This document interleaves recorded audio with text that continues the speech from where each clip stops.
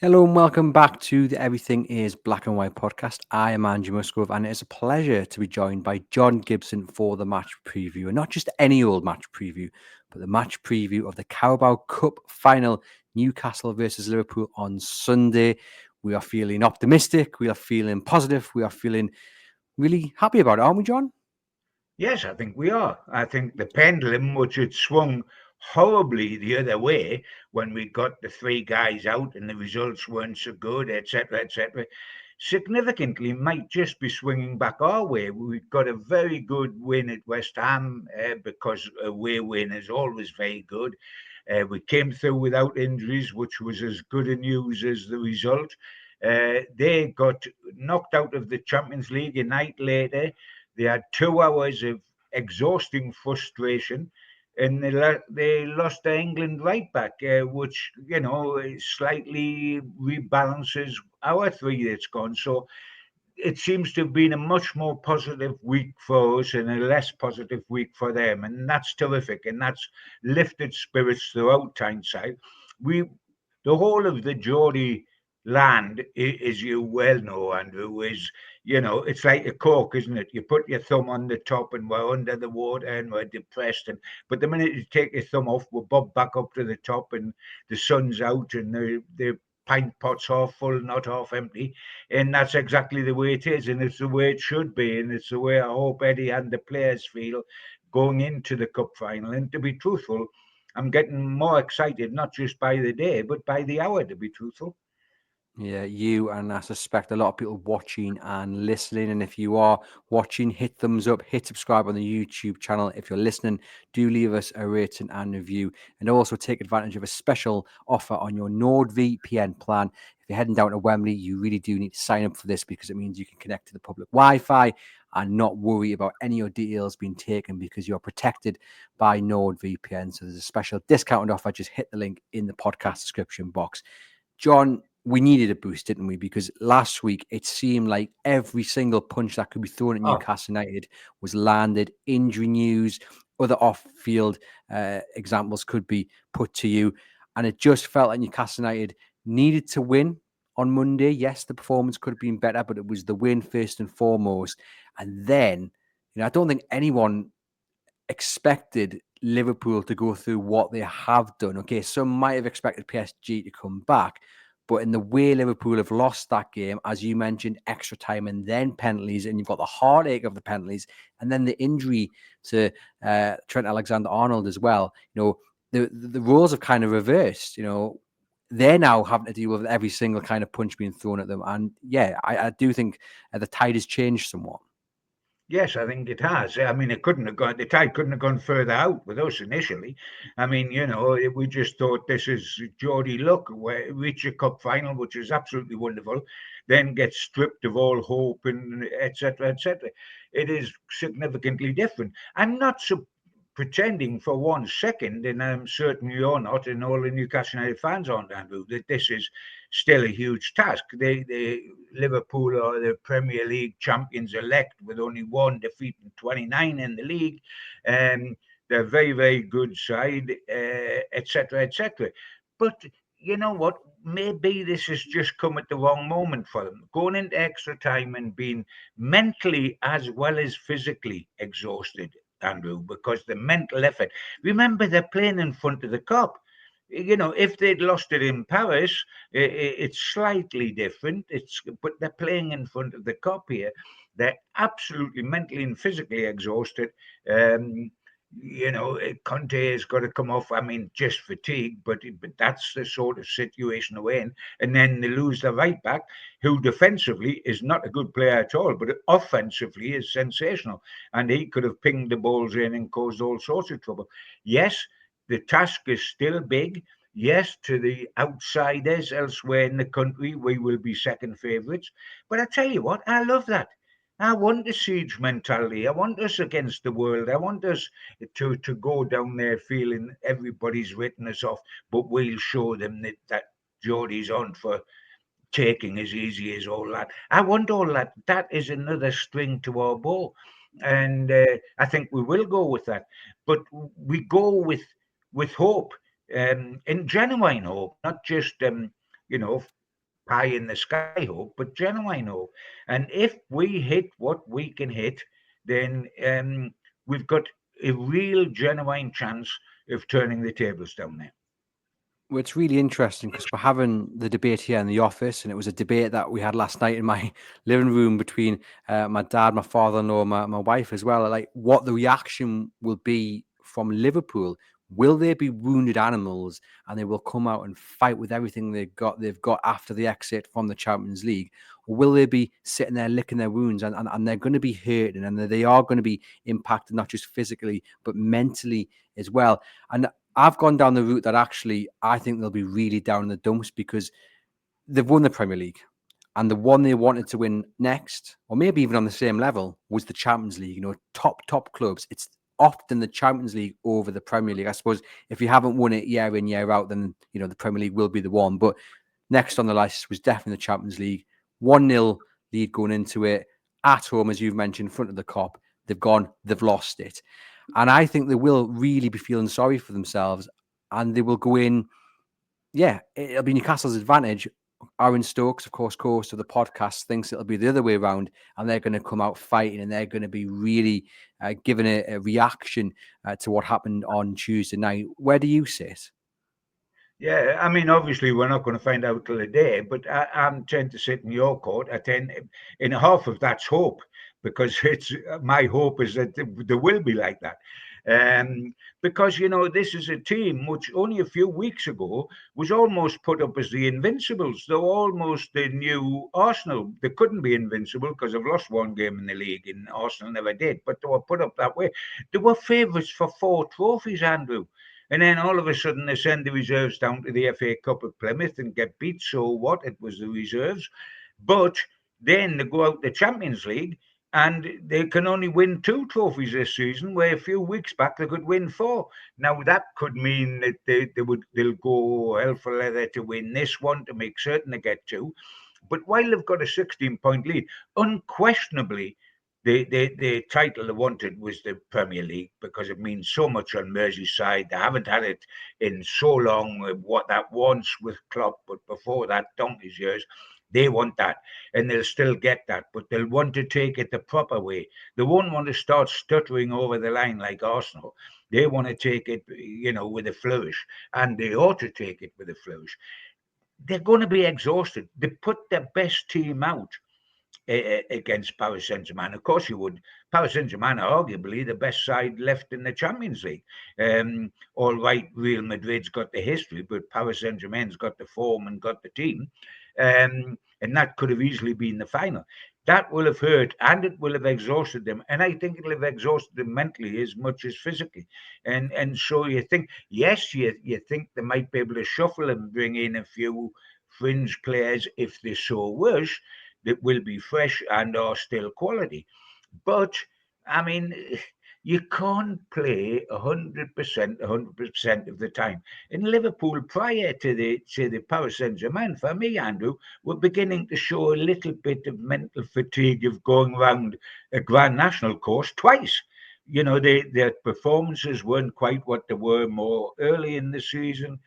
Mo Salah against Southampton and against Paris Saint-Germain, home and away, didn't quite look the ruthless guy that he has been. You can't always continue to do it all the time. So there's genuine hope that, and we have got good players. We may well talk about the 3 players out, and the loss of Hall and Gordon down the left-hand side is ginormous. But we've got good players. We've got the best centre forward in Europe, a better centre forward than they've got, by the way, because Salah's an outside right. We've got the best centre forward, there's no doubt. And we talk about their midfield is so strong, and they build everything from midfield with McAllister.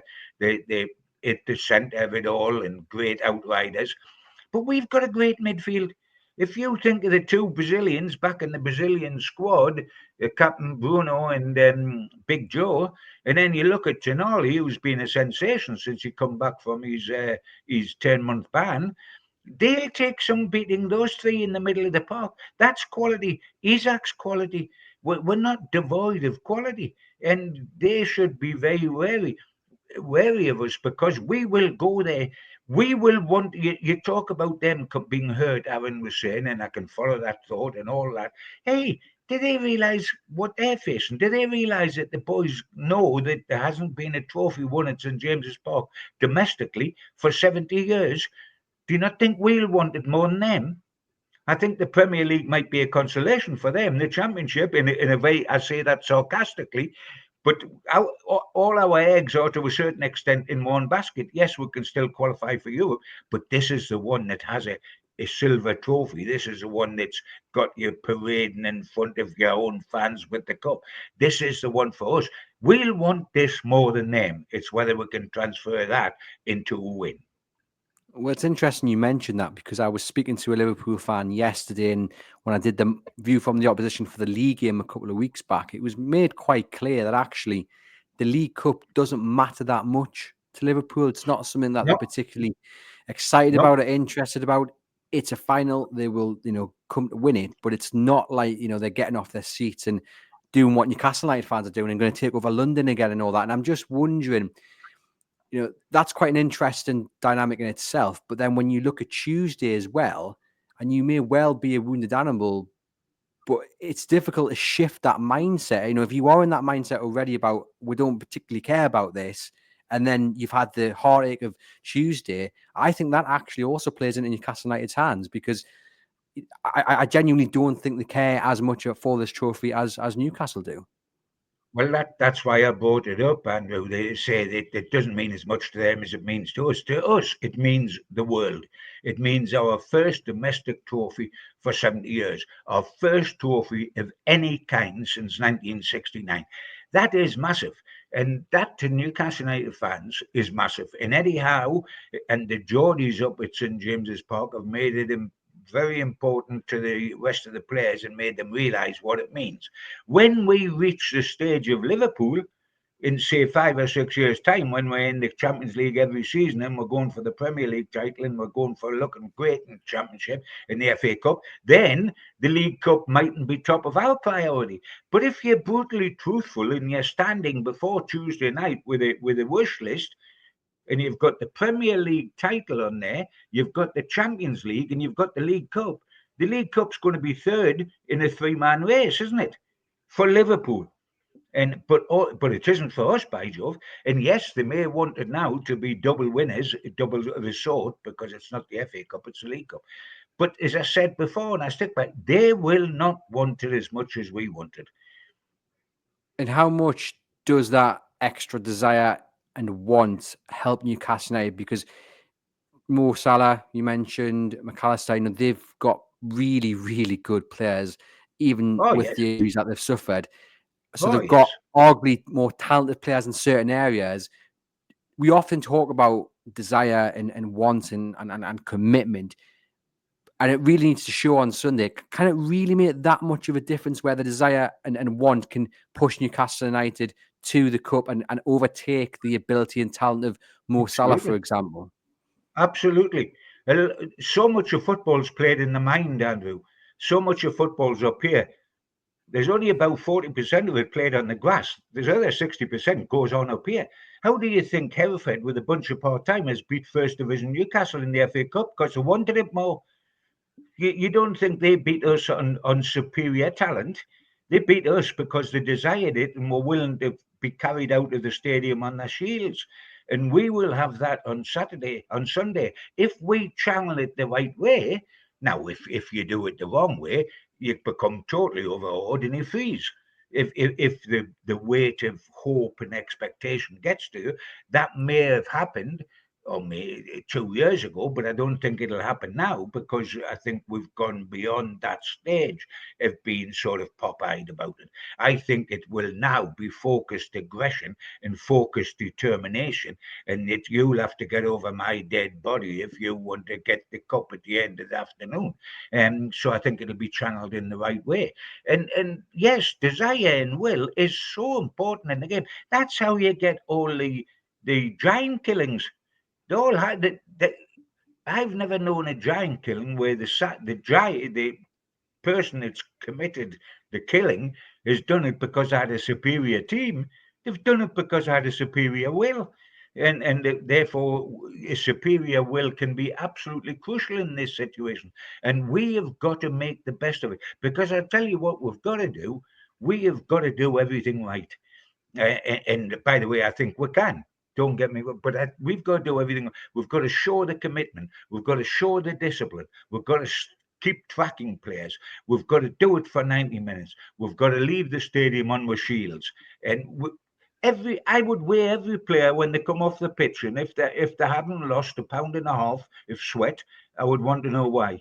Because that's what they need to give, whether it's for an hour and a half or 2 hours on that pitch. And if they do, we haven't got no little ability. We have got ability as well. They have, but we have ability as well. And on any given day, that ability can count. And we've got to make it count.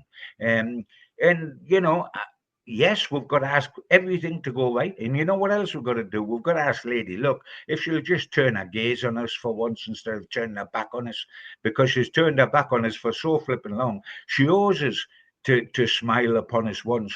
And any team that wins a cup, they can do it deservedly. They can do it because they're the better team, but they've also had Lady Luck hitching a lift, because you can't beat Lady Luck. And we need fortune to smile on us. So do they, but we need it more.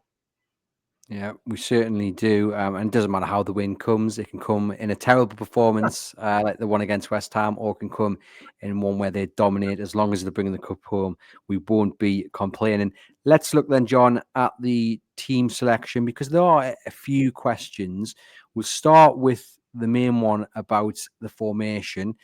Everyone knows that I'm advocating 5 at the back. I'm starting, though, to move from that because of the injury to Trent Alexander-Arnold and the fact that it's probably going to be Kwanzaa that has to play there.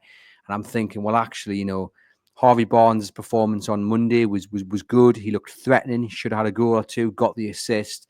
Maybe you do go 4-3-2-1, and you say to Barnes, look, that's where the weakling is. And you're going to have to get the better of Kwanzaa. And if you do, we're going to get some joy there.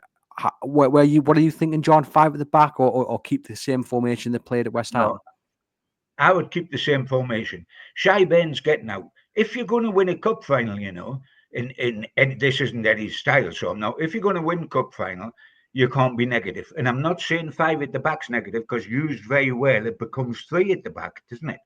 But don't don't tamper with the tried and trusted when you've got to the big stage and it's all for nothing. Believe in your own strengths. Don't worry too much about your own weaknesses, because to be quite truthful, it's too flipping late now to put your weaknesses right. Your weaknesses are your weaknesses. Play to your strengths, and they mightn't see our weakness. But if we worry about our weakness, they'll win. And for me, we have got to play the way we are best suited. Front foot, high press. Why I would go with 4, etc. I think the game will be won in midfield, their midfield against our midfield. But I tell you what, if you look at a weakness in the Liverpool side, you would say you want our 2 wingers to perform well going forward. They've got to track back. But their fullbacks, even when they had Trent in the side, their fullbacks, who are superb, Rutherford on the other side, going forward, are vulnerable defensively. Now they've lost their right back, so you've got a deputy right back in. Rutherford, terrific going forward, not so terrific defensively. Get Murphy in his face, get Murphy running past him, get him twisting like a corkscrew to find where Murphy's gone, and do the same on the other side with Harvey Barnes. Go play to our strengths and their weaknesses. It's too late to worry about our weaknesses. Got to be disciplined about our weaknesses. With 2 centre halves, have got to be disciplined, got to do the job right. They've got a shield in front of them with Tonali. But it's too late to worry about our weaknesses. Our weaknesses are something to worry about in the summer when you can put them right in the transfer market. Now, play to our strengths, the strengths that have got us there, the strengths that have got us 6th top of the league. Play to your strengths, not your weaknesses. And I guess the other side of the coin as well, John, is it's 90 minutes of football, isn't it? Yeah. There's no draw, there's no point to be had. You've got this one No, opportunity. exactly.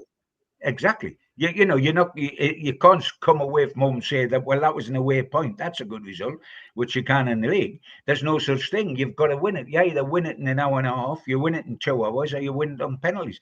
And by the way, I'll take either of any of those three, as long as they're in our favour. Though I must admit, if it comes down to penalties, I think me fingernails will not just be bitten off, but the arm will be bitten up to the shoulder because 2 hours plus penalties for Newcastle to win will leave us having to lie down in a darkened room Sunday night. But I would still take it. Yes, I think everyone would, and that's the other thing you've got to ask as well. Eddie Howe will be asking is, do we go a little bit defensively, potentially play a five at the back, and make sure we get to half time level, or just 1-0 down, or do we go for it in the first half and hopefully have 1 or 2 goals to our name, and be in a really good position? And I think the fact that there is no point to be had, it is 90 minutes of football, I think will lead Eddie Howe to try and hurt Liverpool in the first half and put them in a really good position for the second half. You know what? You know what, Andrew? When you look at any games, even as a neutral, how often are games the pattern of a game set in the first quarter of an hour? You know, the team that gets off on the right foot, the team that's pawing forward, the team that's. It's very difficult. You know, if you're against it and everybody's swarming you in the first quarter of an hour, you feel like King Canute. You're trying to turn the tide and you can't turn it. You, you set the pattern, especially in a game as we say this is a one-off game. It's got to be won.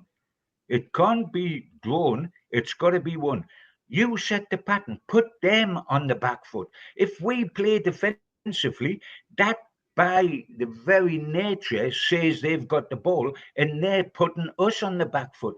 We can't play on the back foot and then suddenly get front foot forward after 45 minutes because we think the time's right. We can't turn the tide as easily as that. Let us dictate the pattern of play and the way the final's going to go. And don't emphasize, I don't mean gun ho. I don't want to see Dan Burn trying to be Stanley Matthews and go to the corner of their penalty area and try to chip one in the far corner. I don't. You do it in a disciplined way, but you go and set the tone of the game because if you allow all the water to come pouring at you, it takes some doing to turn it round and say, well, it's our turn now. We are going to slaughter you. If they get into a groove, if Liverpool get into a groove, you're in trouble. So you don't let them get into a groove. Yeah, and I think when I look back to 2 years ago, my biggest frustration leaving Wembley was that Newcastle United just didn't turn up. You felt like Man United were there for the take, and I don't want that feeling again. I want to come away, and if they do lose, I want to feel like actually it was down to a sublime bit of quality or a bit of bad luck. I don't want to leave and just think like what might have been. And I'm sure this time around it will be different because a lot of those players who will play on Sunday had that experience a couple of years ago of the final, and they'll be hurting and they'll be saying not this time around. And they've grown as a squad and they've matured, and that they're more comfortable with each other, which is really, really key. So fingers crossed we have better luck this time around. Let's, John, look at the goalkeeper. I think we both agree it should be, in our opinion, Martin Dubravka. Aaron, interestingly, reckons it will be Martin Dubravka because he thinks he's Eddie Howe's Cup goalkeeper.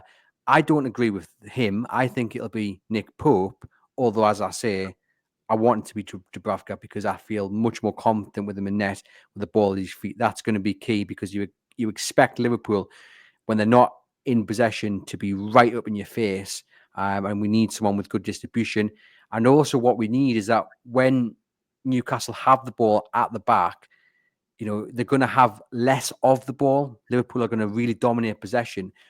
We do not want to be playing ourselves into trouble either by kicking it to them or even just kicking it out into touch. If we've got the ball at the goalkeeper, we need to make something happen. And kicking it out for a throw-in, okay, it's not giving it away to the opposition in terms of right on goal, but it's still giving it away and it's still getting yourself into a bit of bother you didn't need to be in. Unfortunately, with Nick Pope, John, I think that happens far too often. With Dubravka, it doesn't happen as much. So for me, Martin Dubravka. For you? I think this is the only major decision for Eddie Howe to make. We're obviously going to go on the rest of the team. I'm pretty clear about what the rest of the team will be, as opposed to what necessarily anybody else wants it to be, because that doesn't matter. The one decision he's got to make is in goal. And he's not going to tell us this at his press conference. You think that for one moment? There's absolutely no chance. When the team comes out an hour and a bit before the kickoff is when we'll find out. Um, I would go with Dubrovka, as you would. Um, Several reasons for that. Um, and yes, it's not shot stopping. They both are decent shot stoppers, Dubrovka and Pope. Pope is poor with the ball at his feet. And what I also think he does, Andrew, I think he slows down play with the ball at his feet. I mean, that's all right if you're wanting to buy some time or something, but he slows it down. He wanders, he doesn't know where to kick it, he slows it down. Dubrovka picks it up quick. They're all marked up and they're ready and they're facing us by the time the Pope tries to get rid of the ball. And often, as you say, he kicks it into touch round the halfway line somewhere. Dubrovka's much better with the ball at his feet. He'll quickly play it. We'll be able to get going again and get it them before they can get themselves reorganised. I would go for Dubrovka. What will Eddie do? Well, you can argue anyway because he's always very loyal, and you can say that Pope has always been his number one goalkeeper since he signed Pope, so he'll go with Pope. There's this business of a goalkeeper for your cup goalkeeper, which I'm not always a great fan of that sort of nonsense. You play your best. Though, funny enough, I think Liverpool may well play their cup goalkeeper because the other guys played for Alisson during FA Cup and League Cup runs. But I would like to think he goes for Dubrovka. It's going to be absolutely heartache for one of them, Dubrovka or Pope, because they both missed out for different reasons 2 years ago. And so it's going to be a double heartbreak for one of them. I mean, it would be terrible for Dubrovka. When you think about Dubrovka, he had a pot of gold waiting for him in Saudi. His retirement pension was absolutely huge. Pope gets injured. He comes into the Newcastle side. He does very well. We win games, etc., etc. He's persuaded that he shouldn't leave Newcastle before the end of the season. He shouldn't leave in the January transfer window because we need him, etc., etc. And then what do? You drop him from Wembley. It seems to be. I know football's a harsh old game, but it seems to be a kick where the sun doesn't shine. But I mean, if I took sentiment out of it, I would start with Dubrovka. What'll Eddie do? No idea. But I bet I it's think either Dubrovka or Pope. no, he'll start Flacademos. That's my bet. I'm joking, everybody. I I'm think it going will for be Nick Gillespie. Pope. Yeah, I think it'll be Nick Pope. I do, because I think it'd be very strange for him to drop Martin Dubravka for the games he has done, then just to bring him back in for the final. Now, whether he was doing that with the idea that Nick Pope would be his number one goalkeeper and number one choice for this game, and then what he's seen in the game since he made that decision, he's gone, actually, wait there, maybe I've made the wrong one. Maybe his mind has changed. I don't know. But I think I saw enough on Monday from Nick Pope to just be like, oh, please no, let's get Martin back in. Because West Ham West Ham were pretty pitiful, but Nick Pope looked nervous. Not just with the ball at his feet, but coming out to try and get it. He was missing things. And I just think that's against West Ham. We're facing the best side in Europe right now, or And at maybe Wembley, not and on Tuesday, the and big at Wembley. stage. So, yeah, it's an interesting one. Let us know in the comments what you would do, Nick Pope or Martin Dubravka. I think, John, you are right. The rest of the team picks itself. Share, Burn at the back. I think we're thankful that it's likely to be Nunes up top and not a world-class striker. I think Sharon Byrne should do all right against him, although knowing our luck, a man who couldn't hit the back of the net for love nor money will end up grabbing a hat-trick. Tino will play left back. I thought he did a good job on Monday against Bowen. Going forward, didn't look too comfortable, but look, when it's not your favourable position, it's not your favourable foot, these things are going to happen. And also you're playing with Harvey Barnes, who you've not played with at all, I don't think, really, except in that game. So it's not going to gel straight away, but anything can happen in a final. Murphy on the right, Tonali, Bruno, Joe Linton in the middle, and then Isak up front. Let's talk about the midfield three. You've mentioned it briefly already. That's where the game's going to be won and lost. How important is Joe Linton going to be? Very, very, very important. He's got some rust. He's got a big frame, which is to our huge advantage when he's razor sharp. It's not to our advantage when he just comes back from injury because he takes that extra little bit of time to get up to speed. He's had a couple of games to get the rust out of his system, which is hugely to our advantage. He will be our enforcer at Wembley. He'll win the arm wrestling contest in the middle of the park on our behalf. Bruno will then be able to do what Bruno loves doing, which is attack the opposition penalty area, which he showed at West Ham with his goal. And Tonali will be the guy that sits in the front with a great, great vision, drives forward. He never tries to pass the ball square if he can pass it forward. And as I always say, wherever there's a fire, you'll find him standing next to it with a bucket of water waiting to put it out. And he's very, very good at that.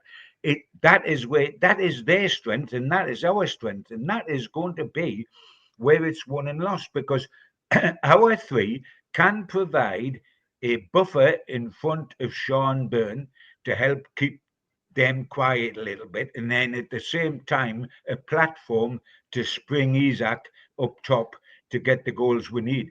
The performance of those three, not just individually, but as a trio, will have a huge impact, I feel, on this game.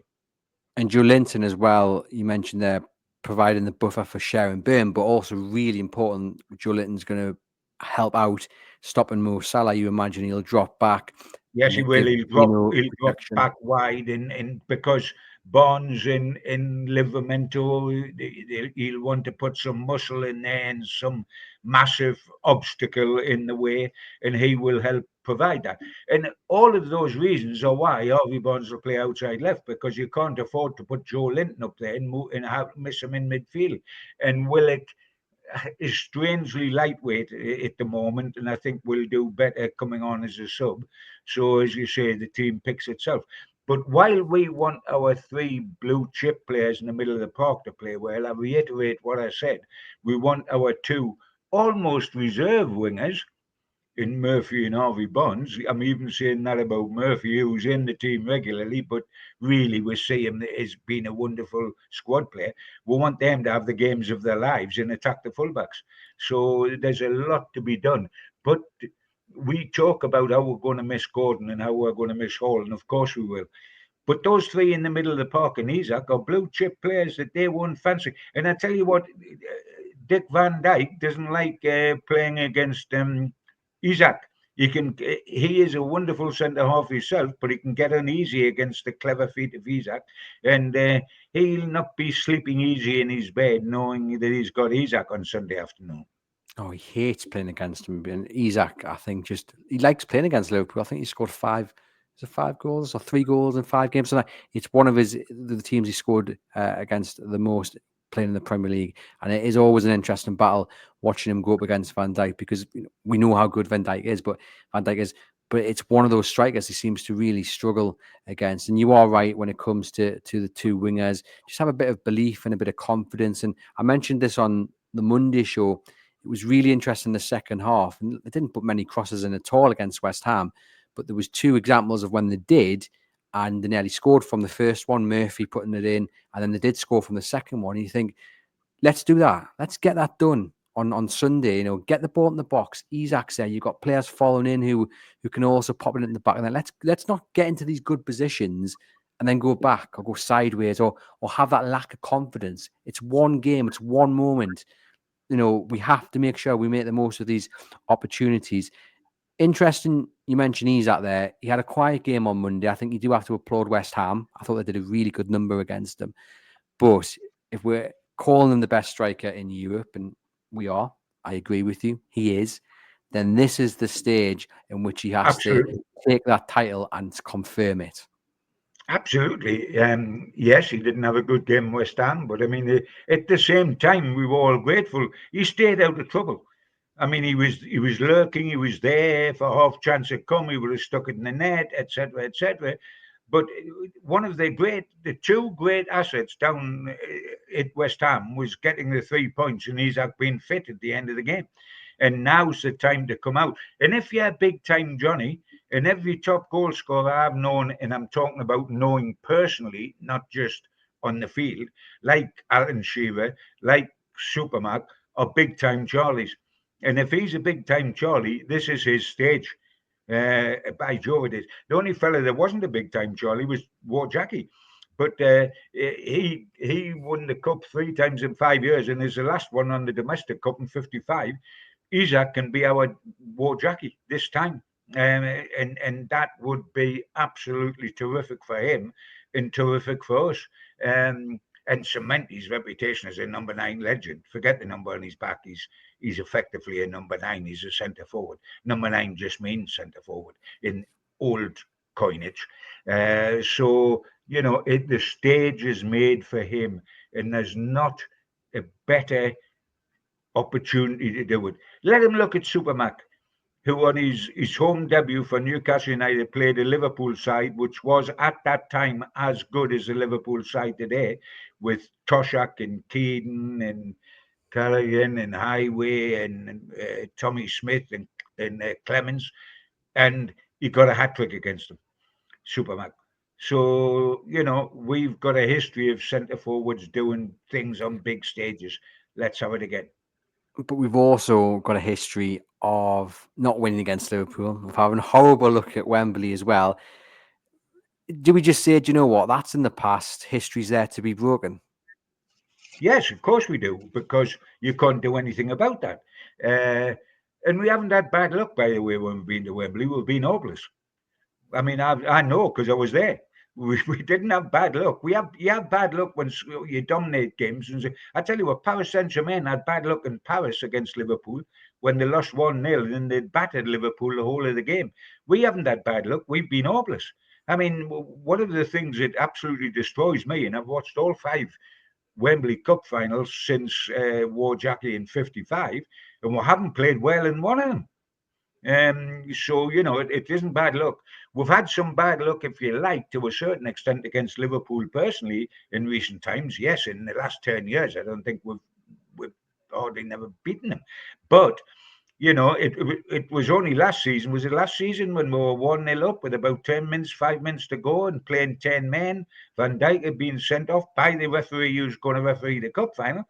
And Nunes went on as a sub and scored twice. He didn't score once to deny us 2 points. He scored twice.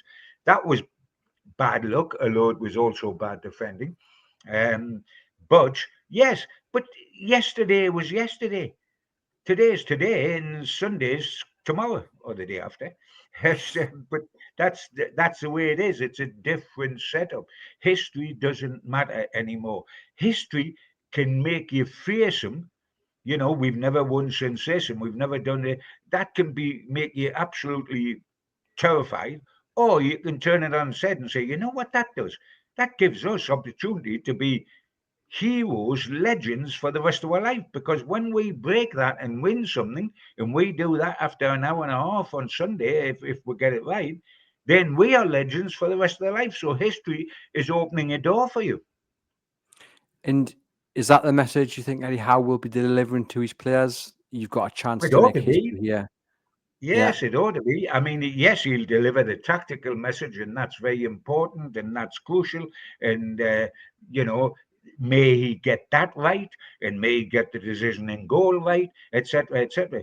But it then also boils down to tub thumping on behalf of himself, on behalf of the club and the Saudis who are putting money in, but above all, on behalf of the supporters who've gone from granddads to fathers to sons, and all 3 generations still supporting Newcastle, that are praying that Sunday is a new dawn, and a bit of tub thumping wouldn't go wrong there.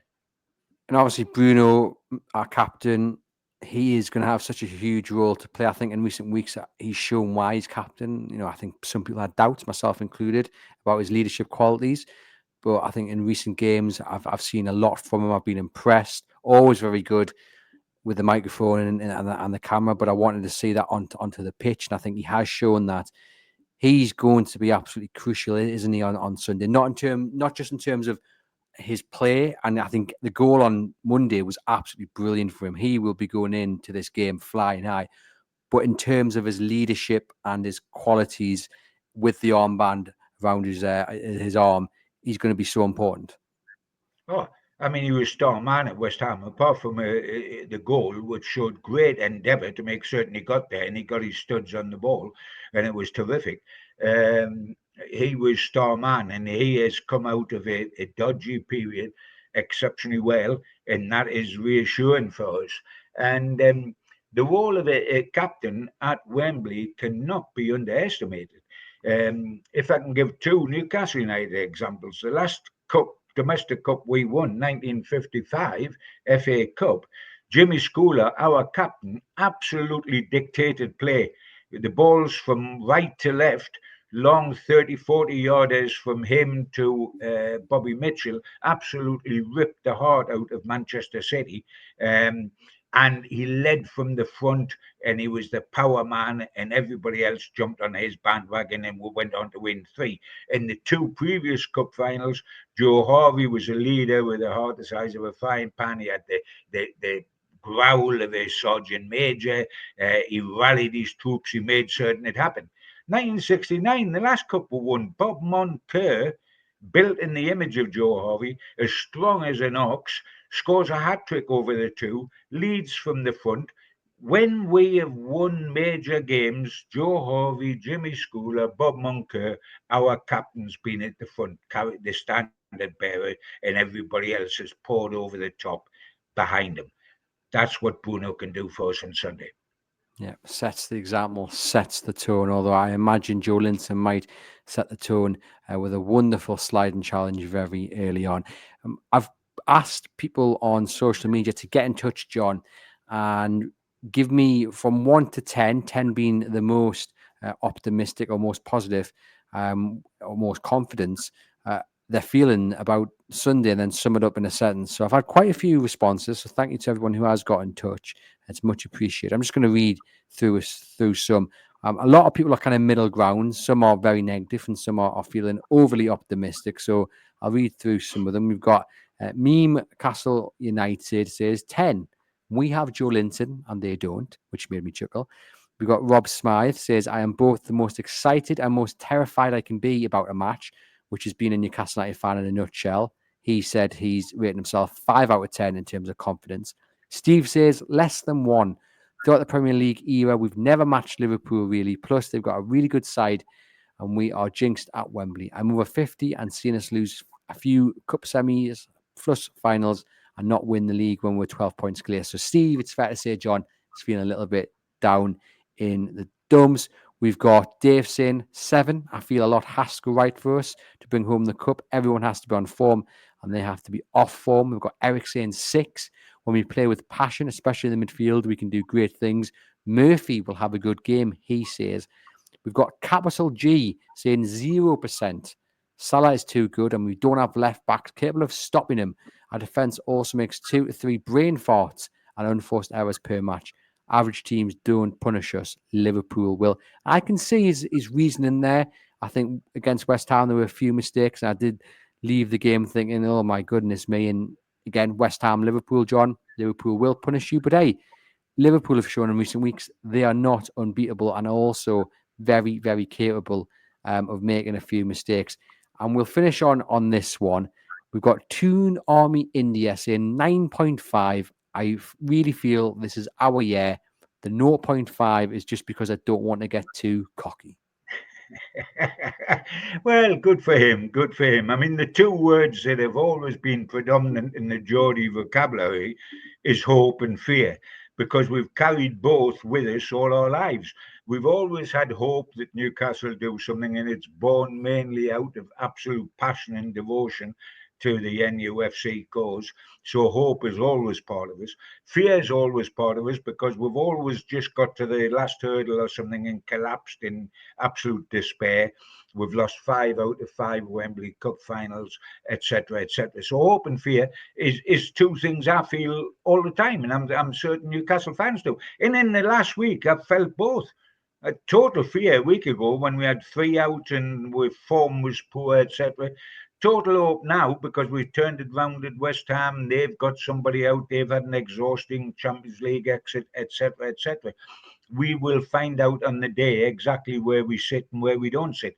But I tell you one thing for certain: we are going into this match with more optimism than we had previously. It's all a matter of how much optimism. It may only be 50% optimism where we had 10%, or it may be 80% where we had 40%, but we've got more, and that's important. I've stressed very early on that.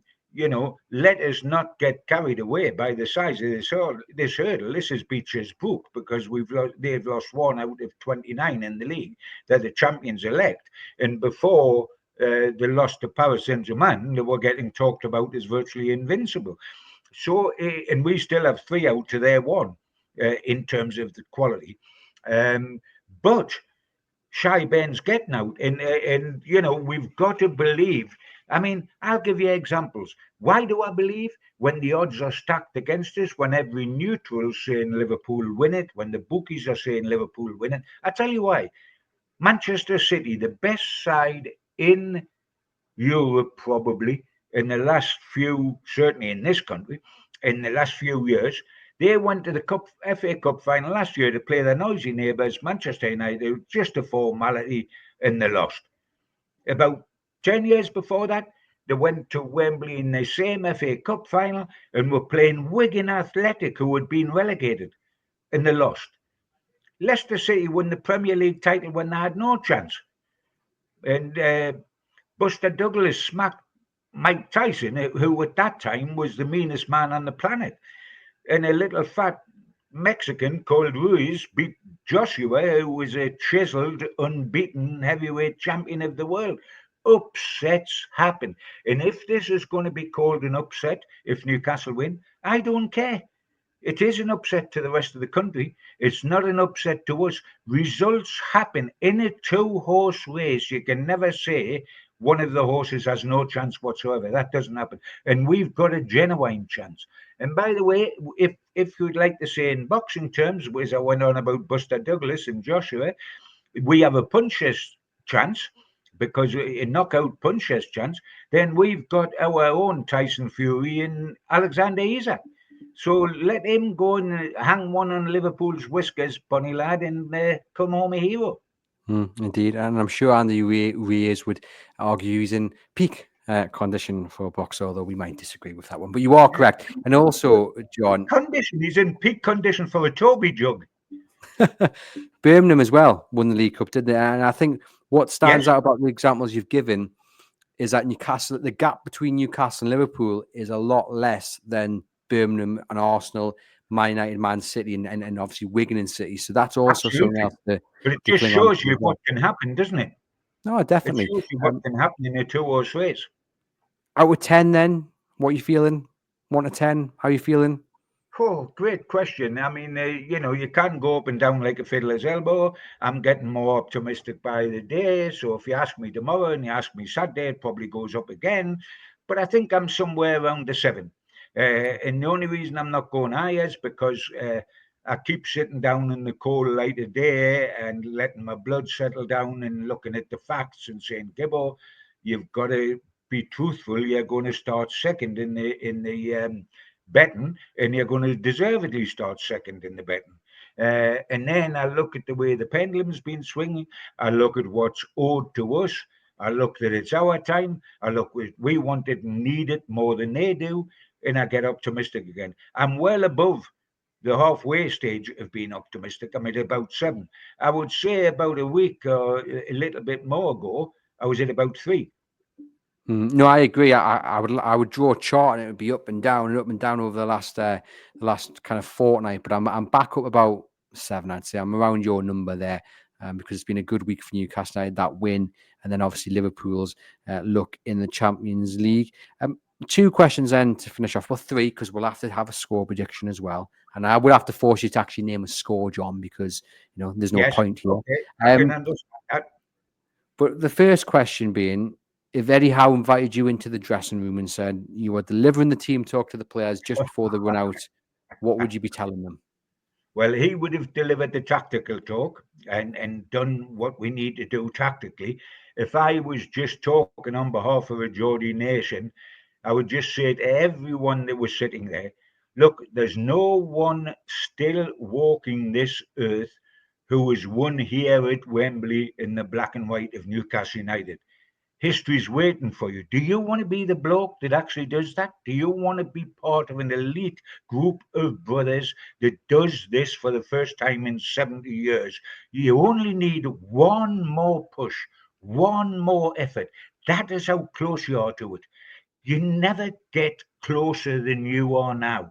We fell off in the FA Cup when we thought we could get close again. This is a special moment. You're close to it. You're better than you were 2 years ago. You're better equipped to do it than you were 2 years ago. How much do you want it? Do you want to be heroes for the rest of your life, or do you want to just be also rans for the rest of your life? It's up to you. You can decide which you are. You, as a group, decide what you want to be. Do you want to take part, or do you actually want to dictate? Do you want to be the heroes, or do you want to be the forgotten number twos? It's up to you. Newcastle have had 5 Wembley finals in the last 49 years. They've had 5 failures in the last 49 years. They've scored one goal in those 5 finals, and that was Alan Gowling as long ago as the first League Cup we ever took part in 1976. You, and you can change all that. You can, in 2 hours or an hour and a half, change the whole history of this football club. It was almost changed with the entertainers when they were 12 points ahead to win the Premier League. That would have changed the history of Newcastle. And we just fell short. Don't fall short again. The first cup that is brought to this club will open the door for many more cups, many more successes, and you can all be part of them. For some of you, you may never come here again. For you, Trips, this might be your last hurrah. For you, Dubrovka, if you play, this might be your last hurrah at this club. This happens. Grasp the nettle. Do yourself proud and do the Geordies proud. When you walk out of that tunnel and you line up before the match, just look over at the black and white hordes behind one of the goals. Look at their faces. See the shining light on the face. See how much they wanted, how much they're thrilled to be here today. Give them what they want. Perfect. Couldn't have said it better myself. And John, what would it mean if Newcastle United did win the League Cup? If they didn't, If they did, if they did, well, we know what it means if they didn't. You start all over again, which we do. If it did, it opens the door to a whole new life for this football club because the albatross round the neck is gone. The 70 years without a domestic cup is gone. The barren years from 1969 without anything have gone. You know what? The first hurdle is always the most difficult to get over. We get over that, we'll start jumping over hurdles after that. No problem. That will Newcastle United under the new regime and under Eddie Howe will not start to fulfill their dreams until they get the first trophy. When they get the first trophy, it will speed up everything that comes behind that. It will, the rest of the country will stop calling us the biggest supporters of failure in the world. They'll stop saying we think we're a big club, but we're not a big club. We will be seen in the light we deserve to be seen in. But that means that you've got to win your first trophy. And the sooner the better. And by Sunday night, that wait can be over. Now, tell me that's not worth dying for. That's not worth going out on your shield, leaving Wembley on your shield. It is worth all that. All our players will become local heroes if they win on Sunday. The Liverpool players won't become local heroes in Liverpool for winning on Sunday. They'll become local heroes when they win the Premier League Championship. That's the difference Sunday is to the two clubs. And that's what it'll do for Newcastle if they win that. And we desperately have to win because all right, we've gone back to Wembley 2 years after Man U, but we didn't know we're going to do that. How long are we going to wait to actually win something? I don't mean qualifying for the Champions League, also I mean to actually win some. If we don't win this one, are we going to wait another 2 years, or is it going to be 5 years, or is it going to be 6 years? Let's get the job done and dusted, and it will open a whole new world in Newcastle now. What would it mean to you if they won it? Oh, everything, everything. I've told you before, I've cancelled dying because I want to see Newcastle win a trophy again. And I'm the only journo still working who was reported on Newcastle winning in 1969 in Budapest. And there's a Geordie from cradle to grave. That's what you want. And you get more desperate as time goes on because it's been a longer wait.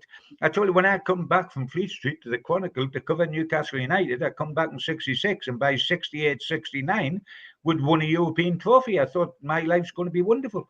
And we haven't won a single thing since. It's a long, long time of hope. And I've sat pitch side through 5 Wembley finals and seen us lose 5 times.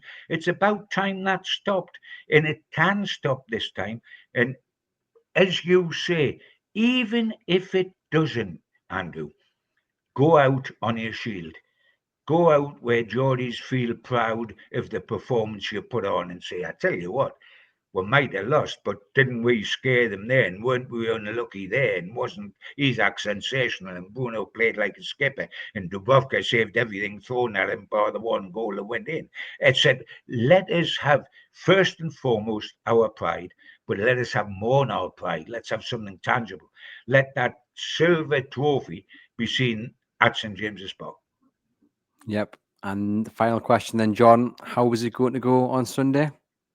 Well, you don't think for 1 second after all that I would forecast Newcastle to lose a cup final at Wembley, do you? And I certainly wouldn't. And I certainly have no intention. And I don't believe it'll happen. I think it'll be nail biting. I think it'll be frightening. I think it'll put 10 years on every supporter.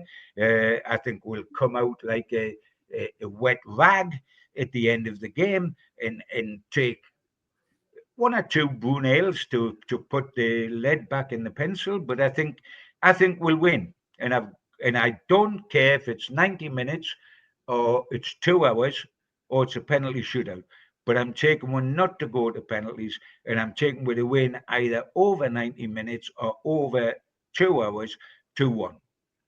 Do you know what? That's my score prediction as well, 2-1. And I'm also going to throw in a wild prediction, but it's something that I've said consistently. I think Callum Wilson's going to get the winner. I don't And you're care going to who laugh. gets. I would be thrilled for Callum if he got the winner. And I don't care who gets the winner. I don't care if the goalkeeper goes up in the 89 minutes for a corner and sticks it in the top corner off his nut. That will do for me. I would even take an OJ, though I would desperately say the last Newcastle player touching it got the goal, because I don't want to win by an OJ. I want to win by a Newcastle goalkeeper, a Newcastle guy scoring it. It can be Callum. I think it's more likely to be Isaac, but I would settle for Callum. I'd settle for Murphy. I'd settle for Burns, who wasn't supposed to play in the final. I would settle for Trippier taking a free kick on the edge of the box and tucking it in the far corner. In at 34, he wasn't expecting to play in the final a few weeks back. I don't mind who gets it. 2-1. I do mind that bit. Yeah, I totally agree. It doesn't matter how it comes, who scores it, as long as Newcastle United win that game and finally get that domestic trophy after 70 long years of waiting. Thank you, John, for providing the match preview. Hope you guys have enjoyed it. Hit thumbs up, hit subscribe, hit that link for your NordVPN discounted plan as well. Leave us a rating and review. Head over to chroniclelive.co.uk because we're going to be bringing you the very best coverage of the entire weekend, whether you're up here on Tyneside, whether you're lucky enough to be down in the capital. We're going to be bringing you a live blog showcasing it all. You will not want to miss it. I'm going to be down there. So if you bump into me in Covent Garden or on Wembley Way on the Sunday, do come and say hello. I'd love to chat to you guys. It'd be a pleasure to bump into you. But for now, enjoy the rest of the week. Hopefully it won't be too many nerves over the next few days. And fingers crossed, the next time I speak to John, we are celebrating a cup victory for Newcastle United. Keep the faith, guys. Keep the faith.